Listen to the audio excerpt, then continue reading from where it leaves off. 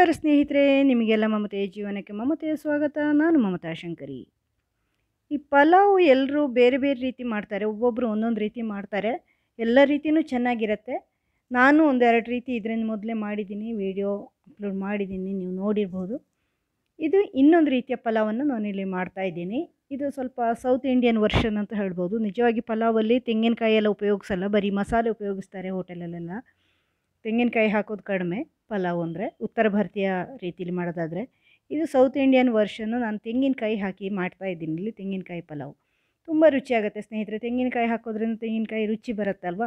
ಇದು ಒಂದು ವೆರೈಟಿ, ತುಂಬ ಚೆನ್ನಾಗಿರುತ್ತೆ. ಬೇರೆ ಎರಡು ವೆರೈಟಿ ನಾನು ಮೊದಲೇ ಅಪ್ಲೋಡ್ ಮಾಡಿದ್ದೀನಿ, ನೀವು ನೋಡಿ, ನನ್ನ ಚಾನಲಲ್ಲಿ ಇದೆ, ತುಂಬ ಚೆನ್ನಾಗಿರುತ್ತೆ. ಇದಕ್ಕೆ ನೋಡಿ ತರಕಾರಿಗಳೆಲ್ಲ ಕಟ್ ಮಾಡಿ ಇಟ್ಟಿದ್ದೀನಿ. ಬೀನ್ಸು, ಕ್ಯಾರೆಟು, ಈರುಳ್ಳಿ, ಕ್ಯಾಪ್ಸಿಕಮ್ ಮತ್ತು ಟೊಮೆಟೊ.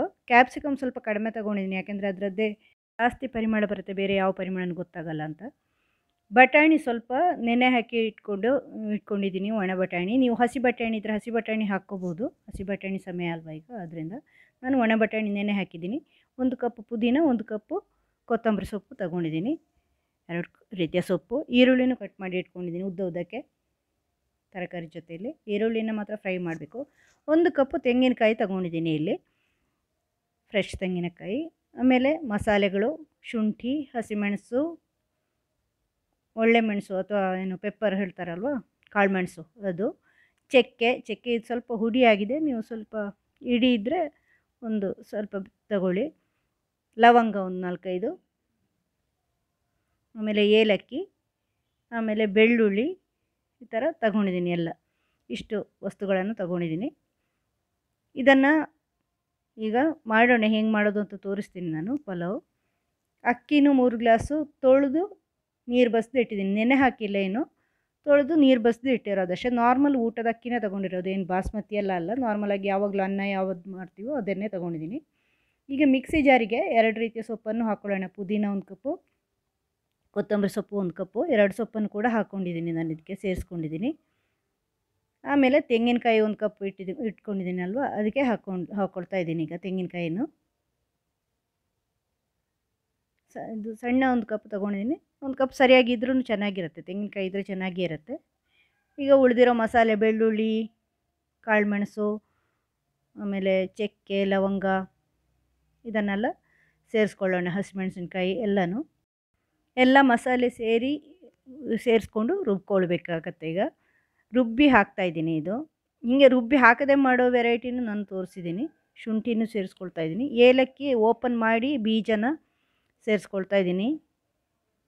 ಏಲಕ್ಕಿಯ ಸಿಪ್ಪೆ ತೆಗೆದುಬಿಟ್ಟು ಸಿಪ್ಪೆನ ಸೇರಿಸ್ತಾ ಇಲ್ಲ, ಬರೀ ಬೀಜ ಮಾತ್ರ ಸೇರಿಸ್ಕೊಳ್ತಾ ಇದ್ದೀನಿ. ಇದಕ್ಕೆ ನಾನು ಮೊದಲೇ ಬರೀ ಮಸಾಲೆ ಹೀಗೆ ಫ್ರೈ ಮಾಡಿ ಹಾಕಿ ಮಾಡೋದು ವಿಡಿಯೋ ಅಪ್ಲೋಡ್ ಮಾಡಿದ್ದೀನಿ ನನ್ನ ಚಾನಲಲ್ಲಿ. 2 ರೀತಿಲಿ ಪಲಾವ್ ಮಾಡೋದನ್ನು ತೋರಿಸಿದ್ದೀನಿ.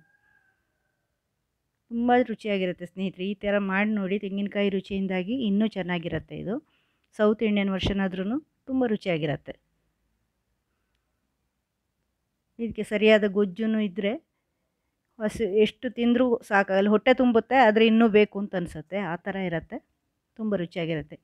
ಸ್ವಲ್ಪ ನೀರು ಸೇರಿಸಿ ನುಣ್ಣಗೆ ರುಬ್ಕೊಳ್ಳೋಣ. ಇದನ್ನು ಹೆಚ್ಚು ನೀರು ಸೇರಿಸ್ಕೊಳ್ಬೇಕಾಗಿಲ್ಲ ಈಗ ರುಬ್ಕೊಳ್ಳೋಕ್ಕೆ, ಯಾಕಂದರೆ ನುಣ್ಣಗೆ ಆಗಬೇಕಲ್ವ. ನೋಡಿ, ಈ ಥರ ನುಣ್ಣಗಾಗಿ ರುಬ್ಕೊಂಡಿದ್ದೀನಿ.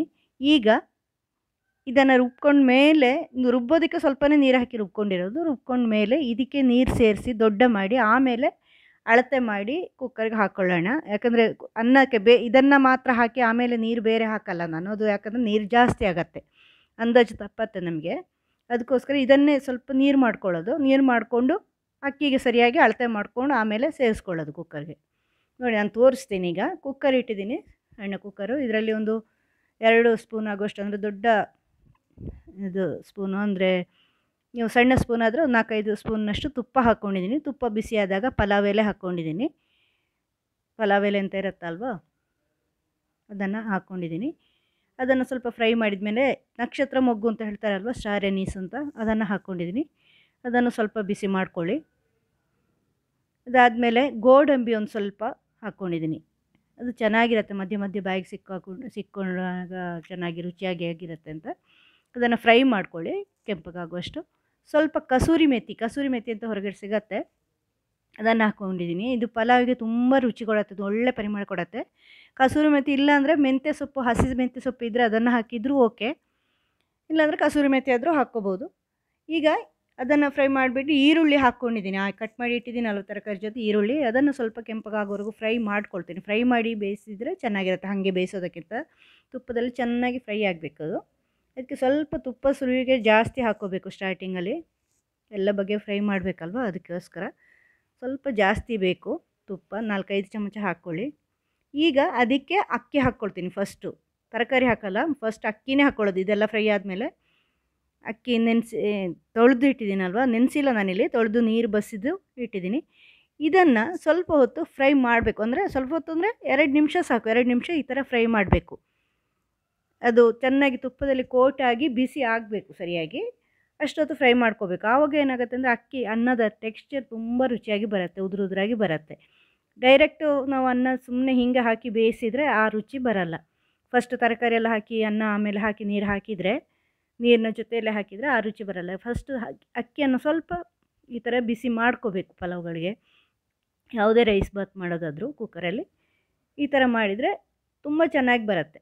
ಈಗ ಇದಕ್ಕೆ ಬಟಾಣಿ ಹಾಕ್ಕೊಳ್ತಾ ಇದ್ದೀನಿ, ನೆನೆಸಿ ಇಟ್ಕೊಂಡಿರೋ ಬಟಾಣಿ, ಆಮೇಲೆ ತರಕಾರಿಗಳನ್ನು ಕೂಡ ಸೇರಿಸ್ತೀನಿ. ಇದನ್ನು ಚೆನ್ನಾಗಿ ಮಿಕ್ಸ್ ಮಾಡ್ಕೊಳ್ಳಿ. ತರಕಾರಿಗಳನ್ನು ಸೇರಿಸ್ಕೊಳ್ತಾನೆ, ಟೊಮೆಟೊ, ಕ್ಯಾಪ್ಸಿಕಮ್, ಕ್ಯಾರೆಟು, ಬೀನ್ಸು, ಈ ಥರ ಇದೆಲ್ಲ ಸೇರಿಸ್ಕೊಳ್ತಾ ಇದ್ದೀನಿ. ಬೇರೆಲ್ಲ ಸೇರಿಸ್ಕೊಳ್ಳಲ್ಲ ತರಕಾರಿ, ನಾನು ಇಷ್ಟೇ ಸೇರಿಸ್ಕೊಳ್ಳೋದು. ಇದನ್ನು ಚೆನ್ನಾಗಿ ಒಂದು ಸರಿ ಮಿಕ್ಸ್ ಮಾಡ್ಕೊಳ್ಳಿ. ನೋಡಿ ಈ ಥರ ಮಿಕ್ಸ್ ಮಾಡಿದ ಮೇಲೆ ಮತ್ತೆ ನೀರು ಸೇರಿಸ್ಕೋಬೇಕು, ಆವಾಗ ಚೆನ್ನಾಗಿ ಆಗುತ್ತೆ. ಇಲ್ಲಾಂದರೆ ಆ ಟೆಕ್ಸ್ಚರ್ ಬರಲ್ಲ, ಅಕ್ಕಿಯ ಟೆಕ್ಸ್ಚರ್ ಬರಲ್ಲ. ಈಗ ಆ ಮಸಾಲೆನೇ ನೀರು ಮಾಡಿಬಿಟ್ಟು ಸೇರಿಸ್ಕೊಳ್ತಾ ಇದ್ದೀನಿ. ನೋಡಿ ಅಳತೆ ಮಾಡಿಕೊಂಡು ಸೇರಿಸ್ಕೊಳ್ತೇನೆ. 3 ಗ್ಲಾಸ್ ಅಕ್ಕಿಗೆ 6 ಗ್ಲಾಸ್ ನೀರು ಬೇಕು. ಮಸಾಲೆಯನ್ನು ನೀರು ಮಾಡಿಬಿಟ್ಟು ನೀರು ಅಳತೆ ಮಾಡ್ತಾ ಇದ್ದೀನಿ. 3 ಗ್ಲಾಸ್ ಆಯಿತು, ಮತ್ತೆ ನೀರು ಹಾಕ್ಕೊಳ್ಳಿ ಮಿಕ್ಸಿ ಜಾರಿಗೆ. 4 ಆ ಥರ 3, 4, 5 ಅಷ್ಟು ಆಯ್ತು, ನಾನು ಕೌಂಟ್ ಮಾಡಿಲ್ಲ. ನೀವು ಇದರಲ್ಲಿ ಈ ಕೌಂಟನ್ನು ಲೆಕ್ಕ ಇಟ್ಕೋಬೇಡಿ. ನಾನು ಇದಕ್ಕೆ ಸರಿಯಾಗಿ 6 ಗ್ಲಾಸ್ ಹಾಕ್ಕೊಂಡಿದ್ದೀನಿ. 3 ಗ್ಲಾಸ್ ಅಕ್ಕಿಗೆ 6 ಗ್ಲಾಸ್ ಹಾಕಿದ್ದೀನಿ, ಅಲ್ಲಿ ಅಳತೆ ಮಾಡಿದ್ದೀನಿ. ವೀಡಿಯೋದಲ್ಲಿ ನಾನು ಸರಿಯಾಗಿ ತೋರಿಸ್ತಾ ಇಲ್ಲ ಅಷ್ಟೇ. ಮಿಕ್ಸಿ ಜಾರಿಗೆ ನೀರು ಹಾಕ್ಕೊಂಡು ಸೇರಿಸ್ಕೊಳ್ಳಿ. ಆಗ ಮಿಕ್ಸಿ ಜಾರು ಕ್ಲೀನ್ ಮಾಡ್ಕೊಂಡಂಗೂ ಆಯಿತು, ತೊಳ್ಸ್ದಂಗೂ ಆಯಿತು, ಮಸಾಲೆ ನೀರು ಹಾಕ್ದಂಗೂ ಆಯಿತು. ರುಚಿಗೆ ತಕ್ಕಷ್ಟು ಉಪ್ಪು, 1-1.5 ಚಮಚದಷ್ಟು ಉಪ್ಪು ಸೇರಿಸ್ಕೊಂಡಿದ್ದೀನಿ. ಬರೀ ನೀರು ಬೇರೆ ಮಸಾಲೆ ಬೇರೆ ಹಾಕಿದರೆ ಸ್ವಲ್ಪ ಆದರೂ ನೀರಿನಂಶ ಜಾಸ್ತಿ ಆಗಿ ಸ್ವಲ್ಪ ಮೆತ್ತಗಾಗತ್ತೆ, ಅಂದರೆ ನೀರು ಜಾಸ್ತಿ ಆಗುತ್ತೆ. ಅದಕ್ಕೋಸ್ಕರ ಮಸಾಲೆಗೆ ನೀರು ಹಾಕಿ ಅಳತೆ ಮಾಡ್ಕೊಳ್ಳೋದು. ಸ್ವಲ್ಪ ಅರಿಶಿನ ಪುಡಿ ಹಾಕ್ಕೊಂಡಿದ್ದೀನಿ, ಅದು ಕಲರ್ ಚೆನ್ನಾಗಿ ಬರುತ್ತೆ, ಅದರಿಂದ ಸ್ವಲ್ಪ ಸಾಕು, ಕಲರ್ಗೋಸ್ಕರ ಹಾಕಿರೋದು. ಅದು ಆಪ್ಷನಲ್ಲು, ಬೇಡ ಅಂದರೆ ಬೇಡ, ತುಂಬ ಚೆನ್ನಾಗಿರುತ್ತೆ. ಇದನ್ನು ಕುಕ್ಕರ್ ಮುಚ್ಚಿಬಿಟ್ಟು ವೆಯ್ಟ್ ಹಾಕ್ಕೊಳ್ಳಿ. ವೆಯ್ಟ್ ಹಾಕಿಬಿಟ್ಟು ಹೈ ಫ್ಲೇಮಲ್ಲಿಟ್ಟು ಒಂದು ವಿಸಿಲು ಕೂಗಿಸ್ತೀನಿ, ಒಂದೇ ಒಂದು ವಿಸಿಲು ಕೂಗಿಸ್ತೀನಿ ಹೈ ಫ್ಲೇಮಲ್ಲಿ. ಅದು ಆಮೇಲೆ ಸಿಮ್ಮಲ್ಲಿ ಇಟ್ಟು ಚಿಕ್ಕ ಉರಿ ಮಾಡಿಬಿಟ್ಟು ಮತ್ತೊಂದು ವಿಸಿಲ್ ಬರೋರು ಕೂಗಿಸ್ತೀನಿ. ಈಗ ಒಂದು ಮೊಸರು ಗೊಜ್ಜು ಮಾಡ್ತಾಯಿದ್ದೀನಿ. ಮೊಸರು ಸ್ವಲ್ಪ ನೀರು ಮಾಡಿದ್ದೀನಿ ನಾನು, ದಪ್ಪ ಮೊಸರು, ತುಂಬ ದಪ್ಪ ಮೊಸರು ಚೆನ್ನಾಗಿ ಆಗೋಲ್ಲ. ಅದಕ್ಕೆ ಸೌತೆಕಾಯಿ ಹೆಚ್ಚಿದ್ದಿದೆ, ಅದನ್ನು ಹಾಕ್ಕೊಂಡು, ಸೌತೆಕಾಯಿ ಅಂತ ಹೇಳ್ತೀವಲ್ವ ನಾವು, ಏನು ಸಲಾಡ್ ಸೌತೆ, ಮುಳ್ಳು ಸೌತೆ ಅಂತ ಹೇಳ್ತಾರಲ್ವ, ಅದು ಸಿಪ್ಪೆ ತೆಗೆದು ಹೆಚ್ಚಿಟ್ಟಿದ್ದೀನಿ, ಅದನ್ನು ಹಾಕ್ತಾಯಿದ್ದೀನಿ. ಮೊಸರು ಸ್ವಲ್ಪ ನೀರು ಮಾಡ್ಕೋಬೇಕು, ಅದನ್ನು ತುಂಬ ದಪ್ಪ ಇದ್ದರೆ ದಪ್ಪ ಇದ್ದರೆ ಅಷ್ಟು ಚೆನ್ನಾಗಿ ಆಗೋಲ್ಲ, ಅದಕ್ಕೋಸ್ಕರ ಸ್ವಲ್ಪ ನೀರಿದ್ರೇ ಚೆನ್ನಾಗಿ ಆಗೋದು. ಈ ಥರ ಎಲ್ಲ ಸೌತೆಕಾಯಿ ಹಾಕಿದ್ದೀನಿ, 1-2 ಸೌತೆಕಾಯಿ ಹಾಕಿದ್ದೀನಿ. ಇದರಲ್ಲಿ ಈರುಳ್ಳಿ ಕೂಡ ಒಂದು ಹೆಚ್ಚಿಟ್ಟಿದ್ದೀನಿ, ಅದನ್ನು ಹಾಕ್ಕೊಂಡಿದ್ದೀನಿ, ಒಂದು ಸಣ್ಣ ಈರುಳ್ಳಿ ಇಷ್ಟೇ ಸೇರಿಸ್ಕೊಂಡಿದ್ದೀನಿ. ಕೆಲವು ಜನ ಇದಕ್ಕೆ ಕೊತ್ತಂಬರಿ ಸೊಪ್ಪು ಹಾಕ್ತಾರೆ, ಆಮೇಲೆ ಬ್ಲ್ಯಾಕ್ ಸಾಲ್ಟ್ ಹಾಕ್ತಾರೆ, ಅಥವಾ ಚಾಟ್ ಮಸಾಲ ಹಾಕ್ತಾರೆ. ಅದೆಲ್ಲ ಅವರವರ ಇಷ್ಟಕ್ಕೆ ಬಿಟ್ಟಿರೋದು, ನೀವು ಬೇಕು ಅಂದರೆ ಹಾಕ್ಕೋಬೋದು. ನಾನು ಇಷ್ಟೇ ಹಾಕ್ಕೊಂಡಿದ್ದೀನಿ, ತುಂಬ ರುಚಿಯಾಗಿರುತ್ತೆ. ಇಷ್ಟೇ ಇದ್ರೂ ಸ್ವಲ್ಪ ರುಚಿಗೆ ತಕ್ಕಷ್ಟು ಉಪ್ಪು ಸೇರಿಸ್ಕೊಂಡಿದ್ದೀನಿ. ಇದಕ್ಕೆ ಒಂದು ಅರ್ಧ ಚಮಚ ಉಪ್ಪು. ಇದನ್ನು ಚೆನ್ನಾಗಿ ಮಿಕ್ಸ್ ಮಾಡ್ಕೊಳ್ಳಿ. ಅಲ್ಲಿ ಅನ್ನ ಆದಾಗ ಇದು ಉಪ್ಪು ಎಲ್ಲ ಕರಗಿ ಚೆನ್ನಾಗಿ ಮಿಕ್ಸ್ ಆಗಿರುತ್ತೆ, ಸೈಡಲ್ಲಿ ಇಟ್ಕೊಳ್ಳಿ. ಗೊಜ್ಜಿ ಜೊತೆ ತುಂಬ ಚೆನ್ನಾಗಿರುತ್ತೆ. ನೀರಿದ್ರೇ ಚೆನ್ನಾಗಿರುತ್ತೆ, ತುಂಬ ದಪ್ಪ ಇರಬಾರ್ದು ಮೊಸರು. ಈಗ ನೋಡಿ ಕುಕ್ಕರ್ ಆಗಿದೆ, ಸ್ಟೀಮ್ ಹೋಗಿದೆ. ಸ್ಟೀಮ್ ಹೋಗೋವರೆಗೂ ನೀವು ವೆಯ್ಟ್ ಮಾಡಬೇಕು, ಆಮೇಲೆ ತೆಗಿಬೇಕು. ನೋಡಿ ಈಗ ಚೆನ್ನಾಗಿ ಆಗಿದೆ. ಮಸಾಲೆ ಎಲ್ಲ ಮೇಲೆ ಬಂದುಬಿಡತ್ತೆ, ಮಸಾಲೆ ತೆಂಗಿನಕಾಯಿ ಹಾಕಿರೋದಲ್ವ ಅದೆಲ್ಲ ಮೇಲೆ ಬಂದಿರುತ್ತೆ, ಅಕ್ಕಿ ಕೆಳಗಿರುತ್ತೆ. ಅದರಿಂದ ಮಿಕ್ಸ್ ಮಾಡಬೇಕು. 1-2 ನಿಮಿಷ ಕುಕ್ಕರನ್ನು ಹಾಗೆ ಬಿಟ್ಟಿರಿ, ಅದು ಸೆಕೆ ಹೋಗೋವರೆಗೂ. ಅದರ ಏನು ಸ್ಟೀಮ್ ಇರುತ್ತಲ್ವ ಅದರೊಳಗಡೆ, ಇಲ್ಲಾಂದರೆ ಮುದ್ದೆ ಆದಂಗೆ ಆಗುತ್ತೆ. ಅದಕ್ಕೆ 1-2 ನಿಮಿಷ ಅಷ್ಟೇ, ಹೆಚ್ಚೊತ್ತಲ್ಲ. ಆಮೇಲೆ ದೊಡ್ಡ ಪಾತ್ರಕ್ಕೆ ಹಾಕಿ ಚೆನ್ನಾಗಿ ಮಿಕ್ಸ್ ಮಾಡ್ಕೋಬೇಕು, ಇಲ್ಲಾಂದರೆ ಮಿಕ್ಸ್ ಆಗಲ್ಲ. ಮಸಾಲೆ ಎಲ್ಲ ಮೇಲೆ ಇರುತ್ತೆ, ಅಕ್ಕಿ ಕೆಳಗೆ ಇರುತ್ತೆ, ತರಕಾರಿ ಒಂದೇ ಕಡೆ ಇರುತ್ತೆ, ಆ ಥರ. ಅದಕ್ಕೋಸ್ಕರ ಅದನ್ನು ಚೆನ್ನಾಗಿ ಈ ಥರ ಮಿಕ್ಸ್ ಮಾಡ್ಕೋಬೇಕು. ಅಗಲಬಾಯಿ ಪಾತ್ರ ದೊಡ್ಡ ಪಾತ್ರ ಹಾಕಿದರೆ ದೊಡ್ಡ ಪಾತ್ರಕ್ಕೆ ಹಾಕಿ ಮಿಕ್ಸ್ ಮಾಡ್ಕೊಳ್ಳಿ ಈ ಥರ. ತುಂಬ ಚೆನ್ನಾಗಿರುತ್ತೆ ಸ್ನೇಹಿತರೆ, ತುಂಬ ರುಚಿಯಾಗಿರುತ್ತೆ ಇದು. ನೀವು ಮಾಡಿ ನೋಡಿ ಈ ಥರದ ಪಲಾವು, ತುಂಬ ರುಚಿಯಾಗಿರುತ್ತೆ. ಇದೊಂದು ರೀತಿ ವೆರೈಟಿ, ತುಂಬ ಟೇಸ್ಟಿ. ತೆಂಗಿನಕಾಯಿ ರುಚಿ ಇರುತ್ತಲ್ವ, ತೆಂಗಿನಕಾಯಿ ಪರಿಮಳ ಇರುತ್ತಲ್ವ, ಅದರಿಂದ ಚೆನ್ನಾಗಿ ಆಗುತ್ತೆ. ಅಕ್ಕಿ ನೋಡಿ ಟೆಕ್ಸ್ಚರು ತುಂಬ ಚೆನ್ನಾಗಿದೆ ಇದು. ಅದು ತುಪ್ಪದಲ್ಲಿ ಸ್ವಲ್ಪ ನೀವು ಬಿಸಿ ಮಾಡಿದರೆ ಆ ಟೆಕ್ಸ್ಚರ್ ಬರುತ್ತೆ. ನೀವು ಈ ಥರದ ಪಲಾವ್ ಒಂದು ಸರಿ ಮಾಡಿ ನೋಡಿ, ನಿಮ್ಗೆ ಹೆಂಗೆ ಅನ್ನಿಸ್ತು ಅಂತ ನನಗೆ ಕಮೆಂಟಲ್ಲಿ ತಿಳಿಸಿ. ನಿಮ್ಗೆ ಇಷ್ಟ ಆಯ್ತಾ ಇಲ್ವಾ ಅಂತ. ವಿಡಿಯೋ ಇಷ್ಟ ಆದರೆ ಲೈಕ್ ಮಾಡಿ, ಶೇರ್ ಮಾಡಿ. ಚಾನಲ್ ಇದುವರೆಗೆ ಸಬ್ಸ್ಕ್ರೈಬ್ ಮಾಡಿಲ್ಲ ಅಂದರೆ ಸಬ್ಸ್ಕ್ರೈಬ್ ಮಾಡಿ, ಬೆಲ್ ಐಕಾನ್ ಪ್ರೆಸ್ ಮಾಡಿ. ನನ್ನ ಎಲ್ಲ ವೀಡಿಯೋಗಳು ನಿಮಗೆ ಸಿಗ್ತಾ ಇರುತ್ತೆ. ಮುಂದಿನ ವೀಡಿಯೋದೊಂದಿಗೆ ಭೇಟಿಯಾಗೋಣ. Thank you.